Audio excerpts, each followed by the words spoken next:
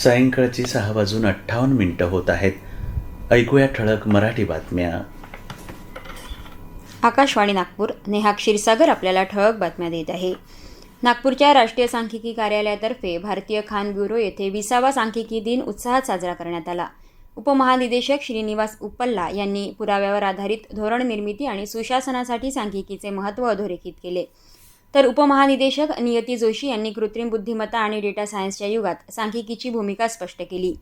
प्रमुख अतिथी डॉक्टर अपर्णा समुद्रा यांनी प्रशासकीय डेटाचा प्रभावी वापर आणि पुराव्यावर आधारित निर्णय प्रक्रियेवर मार्गदर्शन केलं. यावेळी विविध स्पर्धा, माहितीपट प्रदर्शन आणि सांख्यिकी क्षेत्रातील करिअर विषयक सादरीकरणाचे आयोजन करण्यात आले.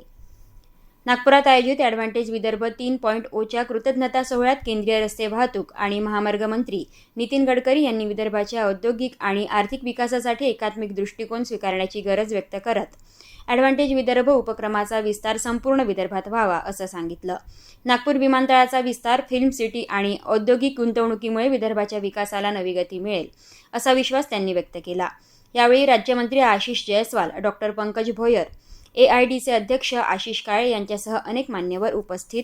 कार्यक्रमात ॲडव्हान्टेज विदर्भ 2026 अहवाल आणि पेटंट गेम्स ऑफ विदर्भ 2.0चे प्रकाशन करण्यात आले. मध्य रेल्वेच्या नागपूर विभागातील अजनी विद्युत लोकोशेडने लोकोपायलट आणि सहाय्यक लोकोपायलट यांच्या सोयीसाठी लोकोमोटिव्हमध्ये वातानुकूलित कॅब बसविण्याच्या उपक्रमात देशात नवा आदर्श निर्माण केला आहे. सध्या शेडमधील 312 पैकी 196 लोकोमोटिव्हमध्ये AC कॅबची सुविधा उपलब्ध करून देण्यात आली असून उर्वरित सर्व लोकोमोटिव्हमध्ये डिसेंबर 2027 पर्यंत ही सुविधा उपलब्ध करण्याचे लक्ष्य आहे. महावितरण कंपनीचे संचालक राजेंद्र पवार यांच्या विद्युत क्षेत्रातील गेल्या 37 वर्षांच्या योगदानाची दखल घेत द इन्स्टिट्यूशन ऑफ इंजिनियर संस्थेच्या वतीनं त्यांना एमिनेंट इंजिनियर हा देशपातळीवरील मानाचा पुरस्कार जाहीर झाला आहे.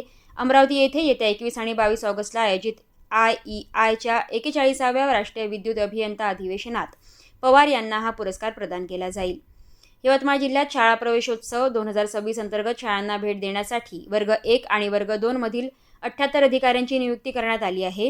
हे अधिकारी उद्या 30 जून रोजी नियोजित शाळांमध्ये उपस्थित राहून नवोदित विद्यार्थ्यांचे स्वागत करतील आणि शाळांमधील सुविधा तपासणार आहेत. याबरोबरच हे बातमीपत्र संपलं. यापुढील बातमीपत्र रात्री 8:42 प्रसारित होईल. नमस्कार.